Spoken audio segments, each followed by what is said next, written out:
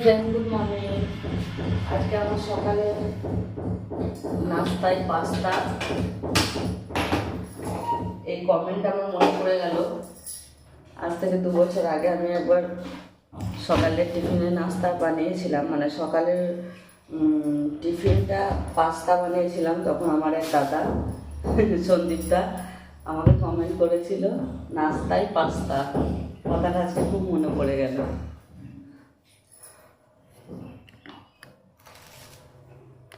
নাস্তায় পাস্তাই বানাই আজকে। এই যে পাস্তা আমার সিদ্ধ হতে দিয়ে দিয়েছি।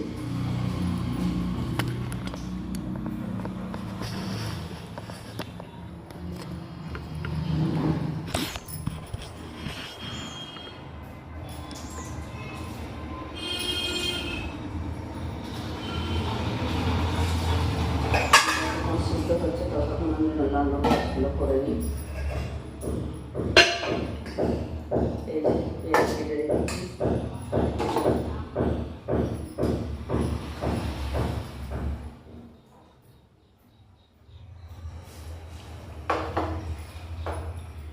আজকে সয়াবিন বড়ি আলুর তরকারি বানাবো।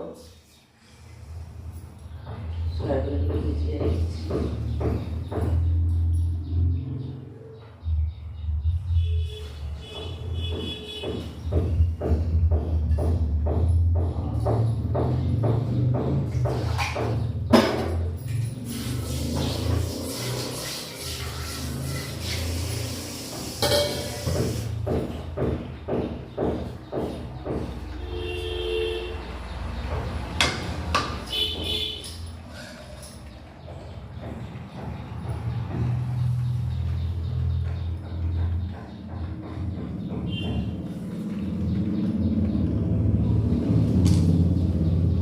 যতক্ষণ পাস্তাটা সিদ্ধ হতো ততক্ষণ পাস্তা মশলাটা রেডি করে নিই। নাহলে তেলটা হয়ে যাবে। কড়াই বসিয়ে ফেলেছি।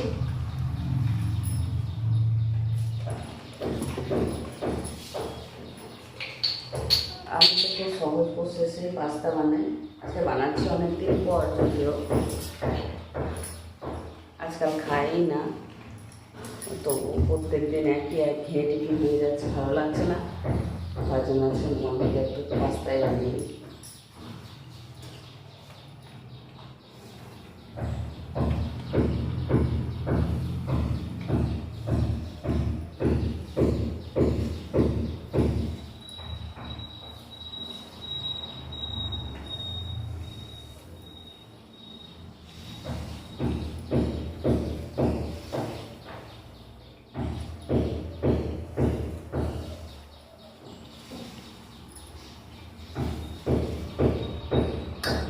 তেলটা গরম হতে দিয়ে দিয়েছি। যাই হোক, আমার তেলটা গরম হয়ে গেছে। তেলের মধ্যে দিয়ে দেবো একটু কুচনো পেঁয়াজ।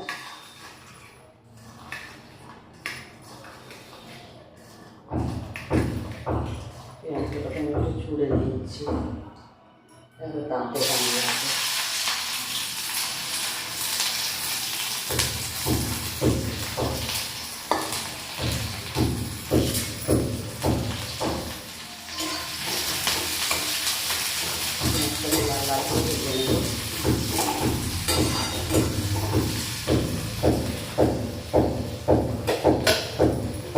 পাস্তাটা সিদ্ধ হয়েছে কিনা দেখে নিই।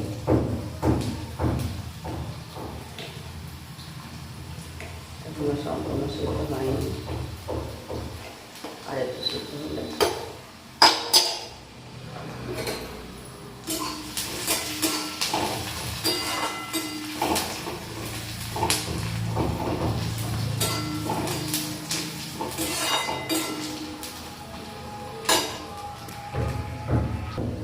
পেঁয়াজটা লাল লাল করে ভাজা হয়ে গেছে।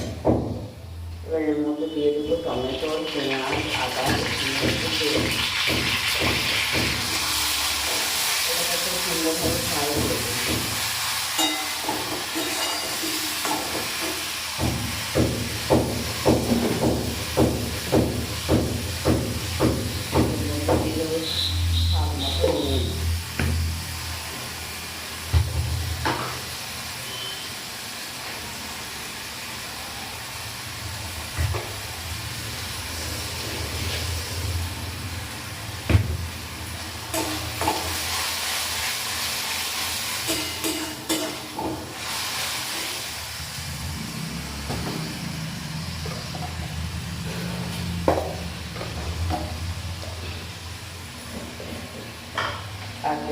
লাল লঙ্কা গুঁড়ো, যাতে কালারটাও আসে এবং খেতেও স্বাদ হয়।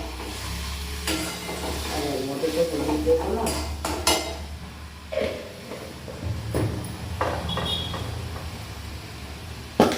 একটু দেবো আজিনামোটো।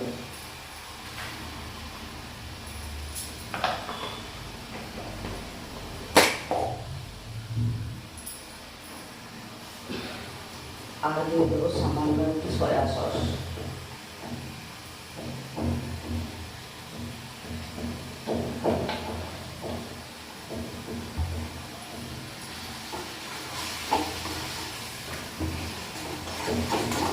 পাস্তা মশলাটা বসিয়েছি,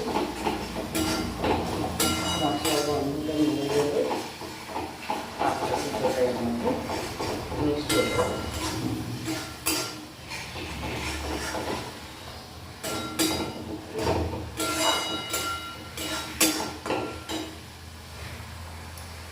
তার মশলা রেডি হয়ে গেছে, এদিকে পাস্তাটাও সিদ্ধ হয়ে গেছে। এবার পাস্তাটাকে আমি একটা ঝর্নার মধ্যে ঝরিয়ে নেব।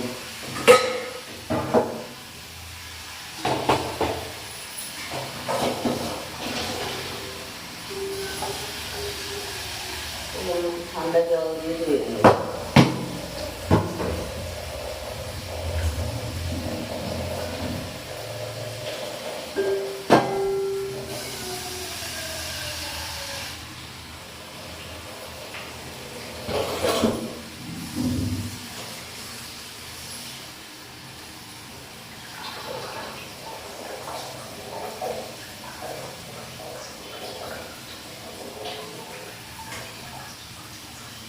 আমার পাস্তার মশলা রেডি হয়ে গেছে, এবার পাস্তাটা এর মধ্যে মিক্স করে দেবো।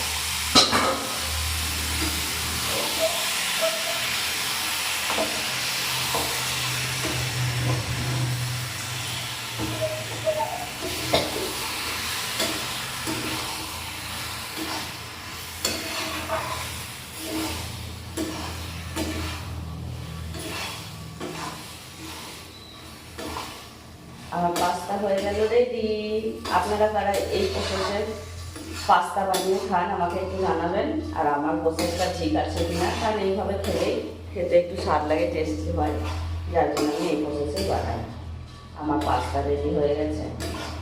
ওকে, বাই।